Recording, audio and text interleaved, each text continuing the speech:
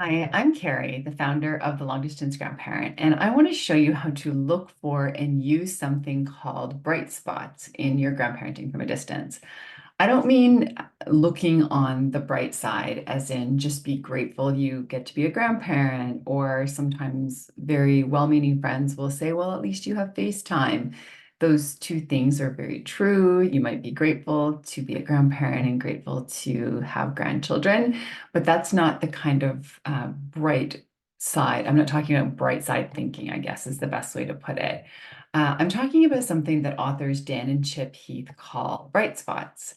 So, in their book called Switch, it was published probably a couple of decades ago now. I read it when I was a healthcare researcher, and they discuss something called bright spots. And although it's usually applied to trying to make kind of big system change, so changes in healthcare system or changes in the education system, it's also useful for thinking about change and improvement in family relationships. So a bright spot occurs when you are trying to change something in challenging situations. So you ask this question, what's working and how can I do more of it? And the idea behind bright spots is to look at what is working well so you can replicate it to bring about improvement. So how does this relate to long distance grandparenting specifically? Well, a grandparenting bright spot happens when you do something to nurture the connection and your grandchild responds really well. Perhaps the parents really value what you've done, or it's made you feel really connected to your grandchild. Let's discuss an example. It could be about a piece of mail you sent that your grandchild particularly loved. Maybe the parent really loved it.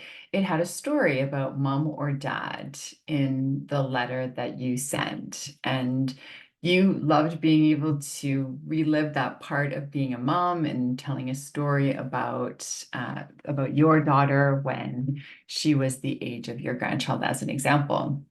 So if everyone loved it and it went over really well, then this tells you that they like it when you make that connection between generations. And it's something that is really satisfying for you to do. And so maybe what you decide is that every few months in the letters that you send, you're going to do a story share and you're going to share something about mom, dad, or an aunt or uncle with the grandchild. And then that just becomes something that you do.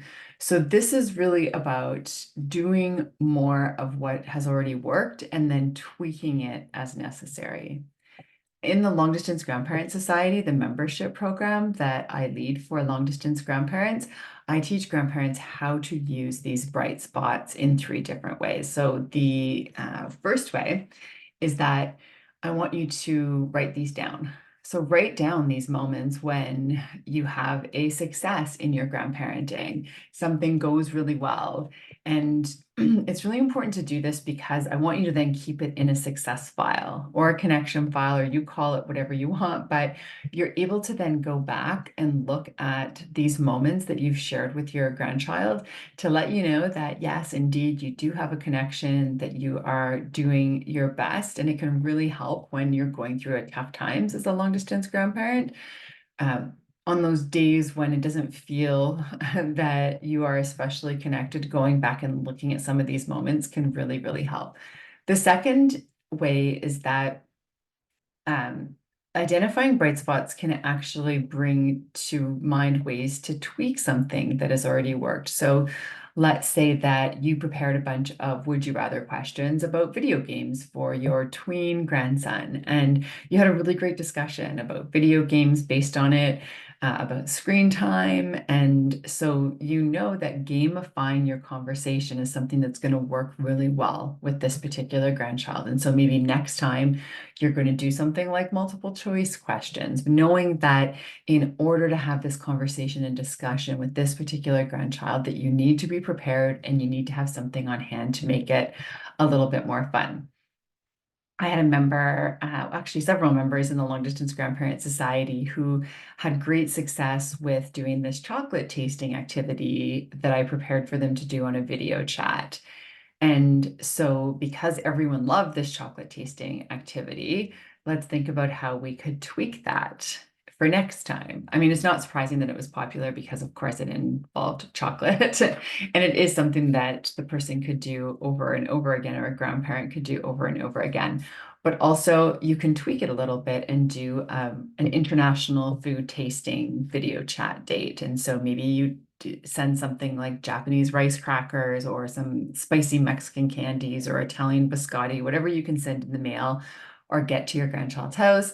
And then you can have a bit of a tasting based on these different snacks. And you know from before that connecting around food was really successful. So the third way that you can use and consider bright spots is because sometimes they can result in a ritual or a tradition for you and your grandchildren. And so maybe they absolutely loved a singing card that you sent, or they loved a secret coded message that you sent.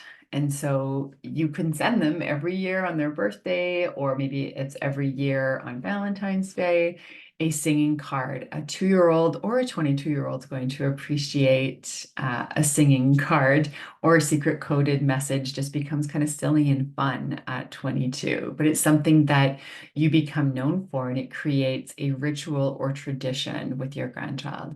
So those are really the main reasons why using bright spots are important.